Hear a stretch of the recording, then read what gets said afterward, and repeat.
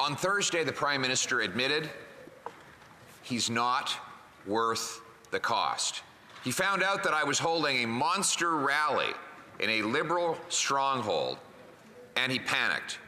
His phones lit up as Atlantic Canadian Liberal MPs, bawling their eyes out, pleaded with him to relent to the pressure that the Leader of the Opposition was mounting to axe the tax.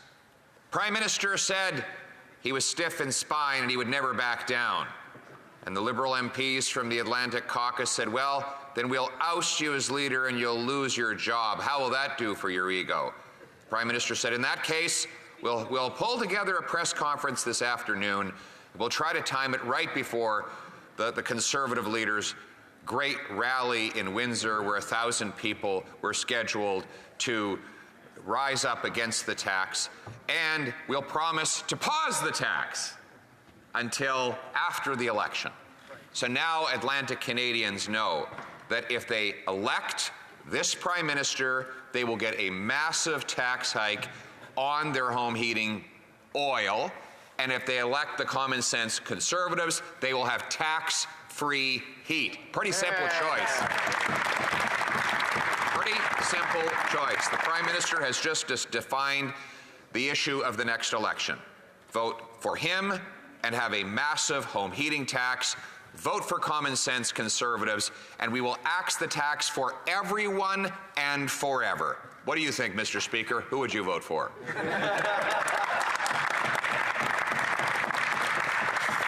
But he sent out one of his Newfoundland MPs to say that the reason why only some Canadians were getting a pause on the carbon tax is because other Canadians didn't vote Liberal.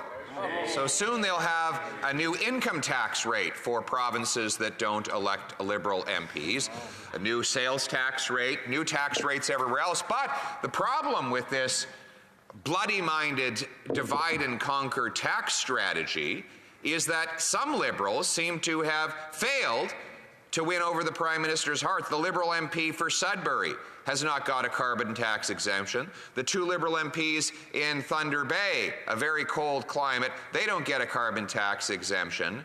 The Liberal MP for Nickel Belt did not get a carbon tax exemption in those harsh, cold Northern Ontario communities that use gas and propane. The Liberal, extremely ineffective Liberal MP for Edmonton Centre has not got a carbon tax exemption. The loquacious and loud and never quiet member from Winnipeg over here, they call it Winterpeg, cold in Winnipeg, and yet the Liberal, what is this riding again? Winnipeg North. Winnipeg North, a man of many words but few actions, has failed to get a carbon tax exemption for Winnipeggers. Apparently, those people are forced to pay higher prices for their heat because their MPs are so ineffective that they could not mount pressure on the Prime Minister to back down. Mr. Speaker, it is proof that he's not worth the cost, just like he has not been worth the cost for housing. After 8 years, this Prime Minister has doubled mortgage payments, doubled the rent, doubled the needed down payment for a home. Let's just review the housing hell he has caused since he promised to lower housing costs. Let's go through it. It now takes 25 years for to save up for a down payment in Toronto. Before this Prime Minister, you could pay off a mortgage in that time. Families are now stretching out their mortgage terms to 90 and 120 years because interest rates on their exorbitant mortgages have stretched out the amortization. That means that not only, you used to pay off your entire mortgage by 25 years in, and then you could retire mortgage-free. Now, not only will you never be able to pay off your mortgage in your entire lifetime, even if you hand the house and the mortgage to your kids, they might not be able to pay it off in their lifetime. They would then have to hand the house to a third generation who would still inherit a mortgage. So much for the government taking on debt so that Canadians don't have to. Under this Prime Minister, homes cost 50% more than they do in the United States, and you can buy a castle in Sweden for the price of a two-bedroom in Kitchener. Toronto is now ranked the worst housing bubble in the world by UBS Bank. Vancouver is the third most unaffordable housing market on earth when you compare housing costs to income, and Toronto is the 10th. Vancouver is now more unaffordable than New York, London, England, Singapore. Singapore being a tiny island with 2,000 times more people per square kilometer than Canada. Canada should be the cheapest place in the world, Mr. Speaker, because of course we have more land per person than all but 4 countries on the planet. In other words, we have lots of space, just not a lot of homes. In fact, we have fewer homes per capita than all other G7 countries, even though we have by far the most land to build on. And in fact, we have fewer homes per capita today than we did 8 years ago when this Prime Minister took office promising more homes and more affordable homes. And if you want the best all-in-one measurement of this Prime Minister's performance on housing, look at the OECD, which compared housing costs to income starting in 2015 to present among all 37 OECD countries. So how have the ratio of home prices to family incomes grown in Canada relative to the other 36 OECD countries? We are the second worst. In other words, housing costs outgrew incomes in Canada at a faster pace than in all but one of the other 36 OECD countries. In other words, this is a new problem that occurred after this Prime Minister took office, and it is a problem that is unique to Canada. He cannot blame some prior government, and he cannot blame other countries, because he is worse than Canada has ever been, and worse than almost anywhere else in the world. This is a made-in-Canada problem, unique to this Prime Minister. Why? Because he has spent the last 8 years building bureaucracy rather than building homes. He brags that he has the most expensive housing programs. He complains that when I was housing minister, my programs did not cost as much. And he is absolutely right about that. I had far more affordable housing programs. In fact, there were far few billions in my housing programs than there are in his programs. But we don't measure the success by how expensive we can be. We measure success by how affordable we can be. He even made up a fact. He looked at a CBC headline, which is always a dangerous thing to do. And he said that when I was minister that we only built 99 homes with $300 million. I said, what the heck is he talking about? I have a mind like a steel trap. I would have remembered if I'd announced a $300 million housing program. So I checked into it. But here's what actually happened. First of all, the program was created in 2008, a half decade before I even became the minister. Second of all, it didn't spend any money. The program was designed to encourage private home ownership by First Nations. It invested capital of $300 million and didn't spend a penny because the money was invested commercially. It actually grew to $380 million, and it wasn't 99 homes. There were 7,000 homes built, purchased, or renovated for First Nations people. So it didn't cost any money. It made a profit, and it built, renovated, and bought 7,000 homes. Oh, and by the way, the entire thing is run by First Nations themselves. No wonder the Liberals don't like any of that, Mr. Speaker. But forget the facts. If I had to deal with their body of facts in litigating the housing file, boy, I don't know what I would do. You might have to hallucinate to come up with some other facts, too. I might even get desperate enough to read CBC headlines as well. But, Mr. Speaker, in the meantime, let's talk about a real common sense plan to bring homes Canadians can afford. Let's talk about my bill, the Building Homes, Not Bureaucracies Act. Now, principle number one, it will require cities boost home completions by 15% per year, or they'll lose federal infrastructure money. We give them $5 billion a year in direct transfers. They can pretty much do whatever they want with that money. I'm saying this is going to be a housing incentive. We're going to start paying city bureaucrats the way real estate agents get paid, on volume. You get housing completed, you get more money. You don't get it completed, you get less money.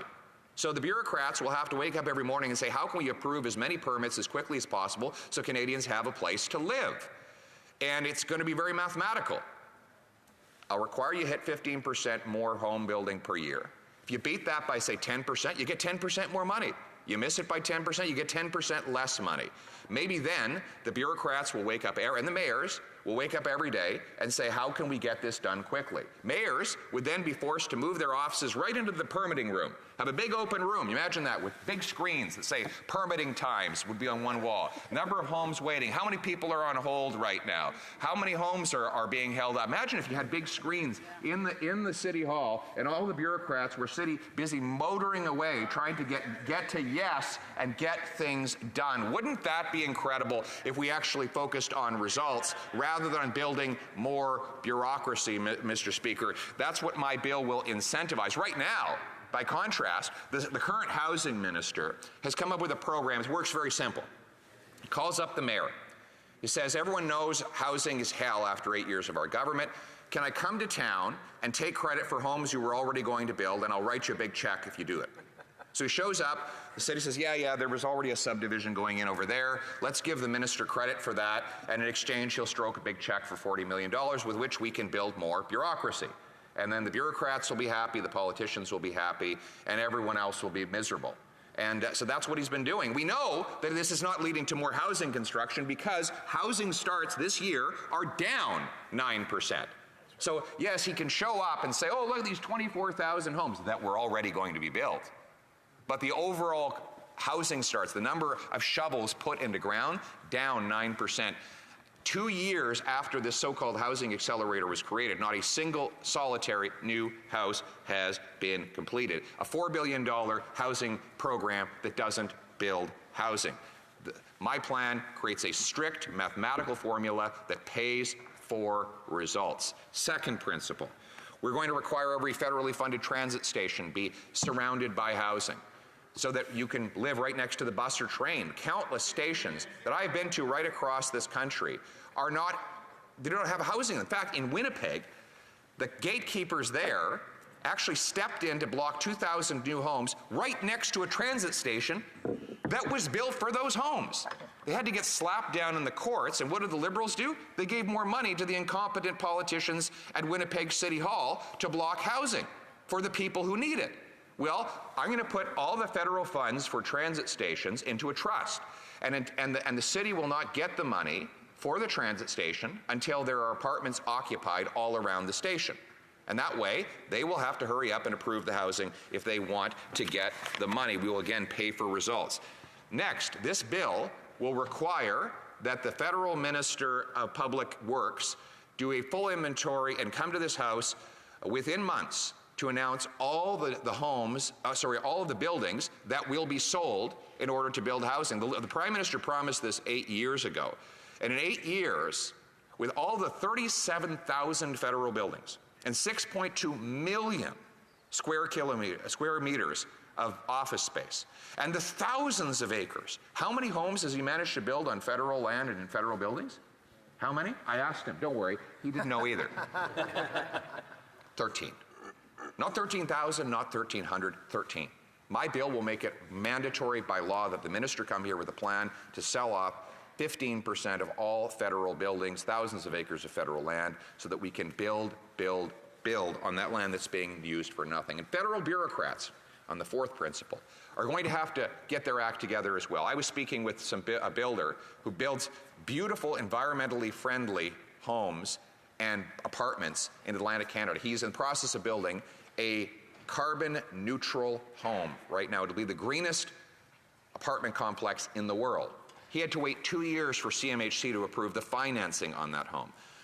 The benchmark is supposed to be 60 days. So here's how life is going to work around here when I'm Prime Minister. And in this bill, the CMHC bureaucrats will have to hit the 60-day target within 6 months. If they don't, I'm cutting their pay in half. And if they don't do it within a year, I'm firing the entire executive. It's right in the bill. That's life. If you're a barber, you don't cut hair well, you get fired. If you're a mechanic and the engine block falls out, you get fired. In the real world, when people don't do their job, they don't get bonuses. That's how life works under this Prime Minister for the senior six-figure bureaucracy. This bill puts an end for that. We're going to pay for results, not for bureaucracy and the privilege of incompetent bureaucrats who make life miserable and costly for everyone else. Mr. Speaker, the Building Homes Not Bureaucracy Act is common sense. The common sense of the common people united for our common home. Your home, my home, our home. Let's bring it home.